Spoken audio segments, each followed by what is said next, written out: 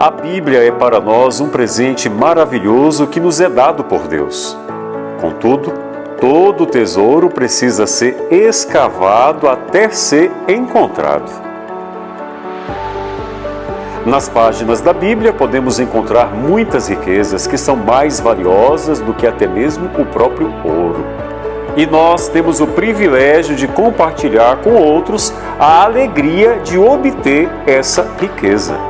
Estamos aguardando você para juntos desfrutarmos desta jornada em busca do maior tesouro que essa vida pode nos oferecer.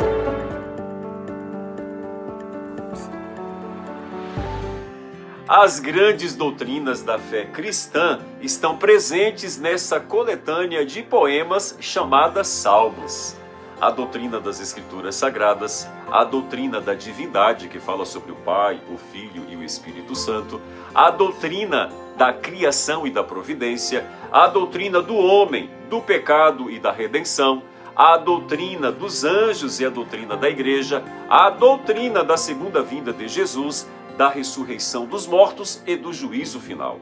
Não é de estranhar, portanto, que o livro dos Salmos seja o livro do Antigo Testamento mais citado no Novo Testamento. O resumo de hoje em nossa jornada do ano bíblico está baseado em Salmos 18, 19 e 20.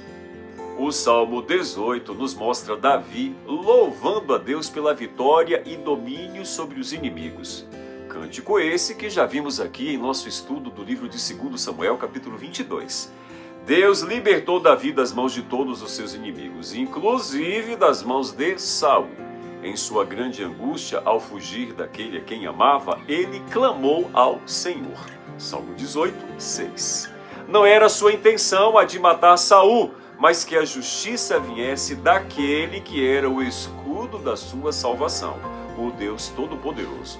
Davi confiou na ira justa de Deus e, como uma criança, escolheu confiar na instrução do Pai. Salmo 18, verso 27.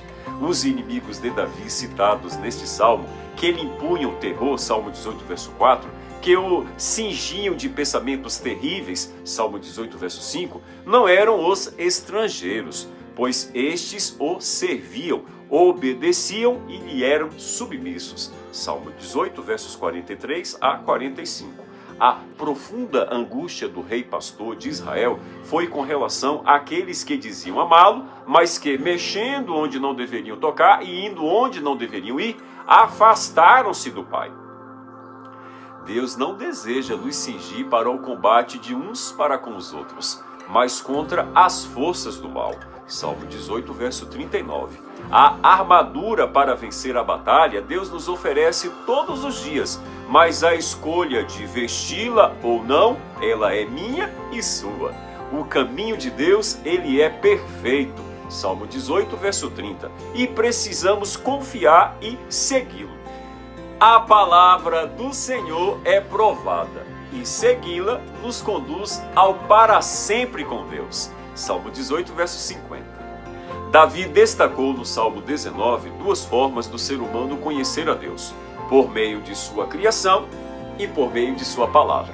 O Senhor nos deixou a sua palavra e nela a sua lei, para que os olhos fossem iluminados e para que pudéssemos desfrutar da grande recompensa em guardar a sua lei. Salmo 19, versos 8 e 11.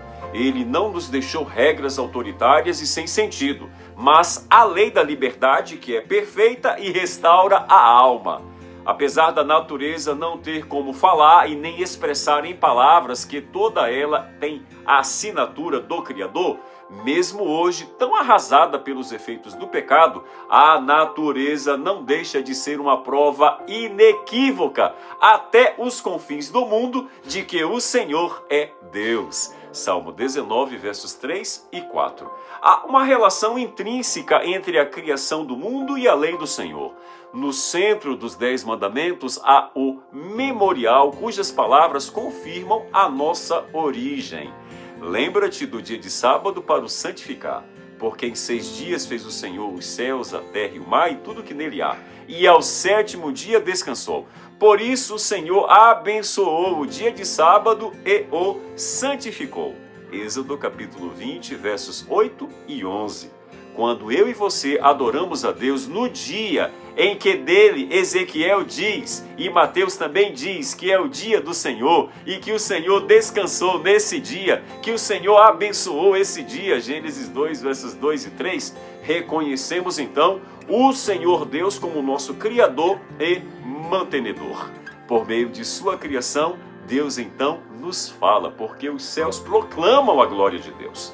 Após toda a manifestação de alegria e de amor pelo que Deus fez e por sua palavra, Davi então encerrou esse salmo com um pedido. As palavras dos meus lábios e o meditar do meu coração sejam agradáveis na tua presença, Senhor, rocha minha e redentor meu. Salmo 19, verso 14. Era como se Davi dissesse: que eu seja a tua testemunha, Senhor, e que esteja sempre na tua presença. A lei não tem a finalidade de salvar, mas é por meio dela que somos guiados à salvação em Jesus Cristo. A lei aponta para os nossos pecados, para que possamos nos arrepender e correr para os braços do Pai. Algo que é perfeito, que restaura a alma, que é fiel, que dá sabedoria, que é reto, que alegra o coração, que é puro, que ilumina os olhos, que é verdadeiro, que é justo, que admoesta, meu Deus do céu, que concede ainda recompensa aos obedientes. Por isso Deus nos chama para obedecermos a sua palavra e a sua lei. Uns confiam em carros, outros em cavalos. Nós, porém, nos gloriamos no nome do Senhor, o nosso Deus. Salmo 20, verso 7. Este salmo é uma oração em prol do rei em tempos de batalha. Provavelmente Davi tinha escrito antes de ir a algumas de suas guerras e o tenha transformado como uma espécie de hino no momento da batalha. O rei clama a Deus por livramento, oferece ofertas e holocaustos e já agradece pela vitória. Salmo 20, versos 1 a 5. A confiança de Davi não estava nas armas de guerra, mas no nome do Senhor. Perceba que as petições deste salmo não estão no singular, e sim no plural, designando assim uma súplica pessoal do rei, mas também um clamor coletivo do povo. Quando Davi saía para a batalha, com ele ia o seu exército, e entre eles estavam os seus valentes. Os valentes de Davi ganham destaque pela bravura excepcional com que lutavam para defender o rei. Todos os valentes de Davi estavam dispostos a dar a própria vida em favor do seu monarca. Um simples pedido do rei era-lhes um privilégio poder cumprir. Eles tinham um diferencial, viu? Não se apegavam aos recursos de guerra. Antes, depositavam a sua confiança inteiramente no Senhor dos Exércitos. Cuidado onde você deposita a sua confiança. Muitos têm se apegado a carros e cavalos, que podem até possuir uma aparente segurança, contudo, jamais terão poder de lhes conceder a vitória final, a vitória que só o Senhor dos Exércitos pode te conceder. Que a mensagem dos salmos da leitura de hoje seja para você mais preciosa do que o ouro depurado e mais doce ao paladar do que o mel e o destilar de favos. Que haja em seu coração um renovo de amor pela palavra de Deus e um apego a estes poemas dados pelo Senhor para a edificação de sua própria vida. Que Deus te abençoe!